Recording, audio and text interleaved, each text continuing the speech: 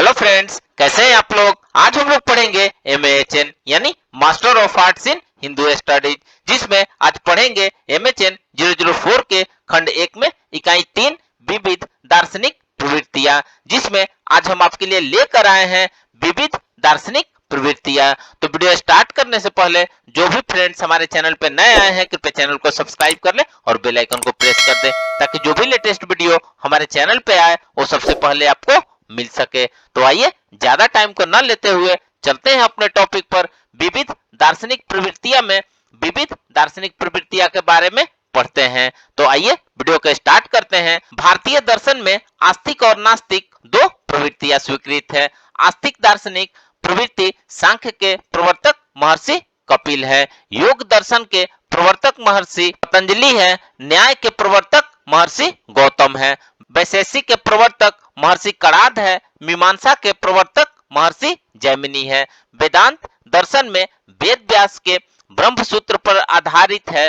वेदांत में प्रस्थान त्रयी, उपनिषद, श्रीमद् भगवत गीता व ब्रह्म सूत्र आधारभूत ग्रंथ है। आइए हम सबसे पहले आस्तिक दार्शनिक प्रवृत्ति सांख्य व योग के बारे में पढ़ते हैं। सांख्य दर्शन प्रकृति और पुरुष के द्वैत पर आधारित वास्तववादी पुरुष बहुत्ववादी 25 तत्वों का दर्शन है। इसका मूल ग्रंथ ईश्वर कृष्ण की सांख्य कारिका ही मानी गई है। तत्वमास को यद्यपि कपिल की रचना कहा गया है, लेकिन वह संदेह से परे नहीं है। सांख्य दर्शन के 3 दुखों से पुरुष को बचाने के लिए प्रकृति पुरुष का विमर्श करते हुए सृष्टि की संपूर्ण प्रक्रिया, मोक्ष की प्राप्ति तथा 3 प्रमाणों का वर्णन करता है। प्रकृति नित्य तत्व है जो सत्व, रजस व तमस गुणों की साम्य व्यवस्था है। पुरुष चेतन तत्व है और बहुत है। प्रकृति पुरुष के संयोग से स्वरूप परिणाम वाली प्रकृति में गुण क्षोभ होकर विरूप परिणाम होने लगता है और उसे महत्व से अहंकार, अहंकार से और उससे महत्त्व से अहंकार तत्व, अहंकार से मन और श्रोत्र, नेत्र, जीवा, घ्राण, वाक, पाणी, पाद, वायु, उपस्थ इन एकादश इंद्रियों और समरस ग्रंथ, स्पर्श, शब्द, तन्मात्राओं की उत्पत्ति होती है। वाक आदि 5 कामेंद्रियां हैं जो श्रोत आदि के 5 ज्ञानेंद्रिय हैं। मन उभया तन्मात्राओं में से शब्द तन्मात्र से आकाश महाभूत, स्पर्श तन्मात्र से वायु महाभूत और रूप तन्मात्र से अग्नि महाभूत, रस तन्मात्र से जल महाभूत और गंध तन्मात्र से पृथ्वी महाभूत उत्पन्न होता है। एक प्रकृति, एक महत, एक अहंकार, 11 इंद्रिया, पंच तन्मात्राएं, 5 महाभूत मिलकर कुल 24 तत्व होते हैं। इसके अतिरिक्त एक पुरुष तत्व जो माना गया है मिलाकर कुल 25 तत्व हो जाते हैं। इन्हीं 25 तत्वों के परिगणन होने के कारण और प्रकृति और पुरुष के विभेदन ज्ञान प्रतिपादित करने से इसे सांख्य कहा गया है। इन्हीं 25 तत्वों के ज्ञान से जीव को मोक्ष की प्राप्ति होती है। सांख्य में करण सिद्धांत के रूप में सत्कार्यवाद माना गया है। इस सिद्धांत के अनुसार कारण में कार्य उत्पन्न होने से पहले ही विद्यमान रहता है, उसमें अनभिक्त रहता है। कारण व्यापार से वह कार्य में परिणमित हो जाता है। संपूर्ण सृष्टि उत्पत्ति के पहले अपने मूल कारण प्रकृति में विद्यमान रहती है। प्रलय में उसका प्रवृत्ति प्रसव हो जाता है। सृष्टि प्रकृति का परिणाम है। सृष्टि यथार्थ है। सांख्य जीवन का लक्ष्य केवल्य को मानता है, जिसका अर्थ है आध्यात्मिक, अधिभौतिक और आध्यात्मिक दुख से सदा के लिए पुरुष का छूट जाना। मुक्त विदेह और संदेह दोनों रूपों में सांख्य को मान्य है। सांख्य दर्शन में 3 प्रमाण माने गए हैं: प्रत्यक्ष, अनुमान और शब्द प्रमाण। ईश्वर कृष्ण की सांख्य कारिका में ईश्वर के विषय में कोई विचार नहीं मिलता है। कपिल द्वारा उपदिष्ट पुरुषार्थ अपवर्ग के साधक सांख्य में भूतों की सृष्टि, स्थिति और प्रलय का विचार किया जाता है।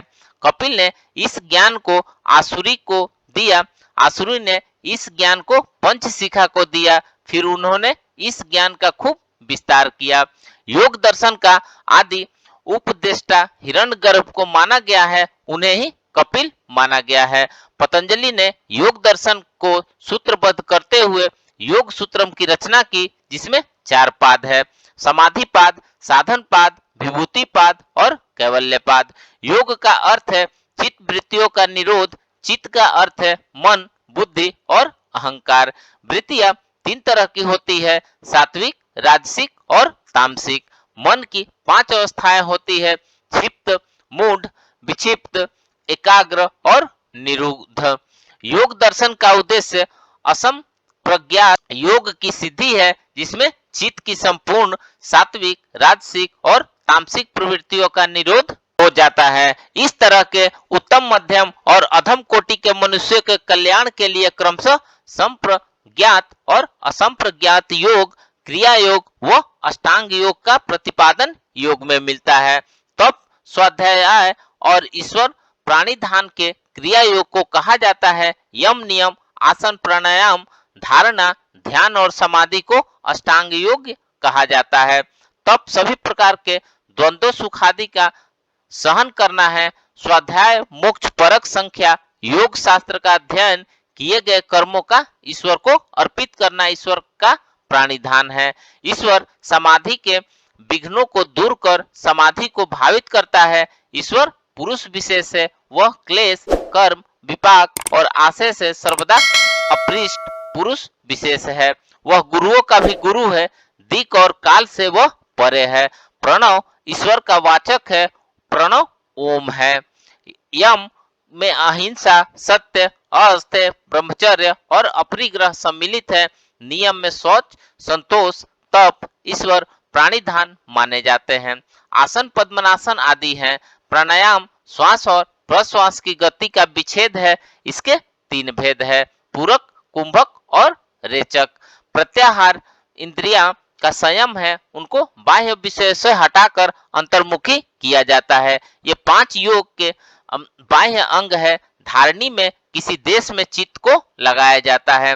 ध्यान में ध्येय वस्तु विषयक चित्त वृत्तियों का निरंतर एकाकार रूप में प्रवाह होता है। इसमें ध्येय वस्तु के ज्ञान की एक तानता होती है। समाधि में ध्येय वस्तु में चित्त की विक्षेप रहित एकाग्रता होती है और चित्त उस समय ध्येय वस्तु का आकार ग्रहण कर लेता है।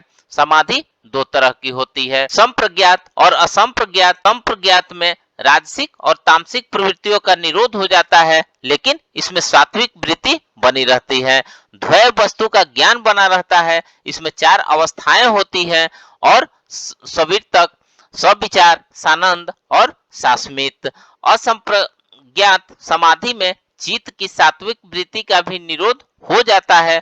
उपाय प्रत्यय साध्य में असंप्रज्ञात समाधि में ऋतंबरा प्रज्ञा का उदय होता है। अविद्या की उपशांति होती है और पुरुष चैतन्य मात्र रहता है, जो कि उसका निजी स्वरूप है और यही कैवल्य है। तो फ्रेंड्स, इस प्रकार से आज हमने विविध दार्शनिक प्रवृत्तियां में विविध दार्शनिक प्रवृत्तियां के बारे में पढ़ा। तो मिलते हैं एक नए वीडियो के साथ में, तब तक हमारे चैनल पे बने रहिए। धन्यवाद।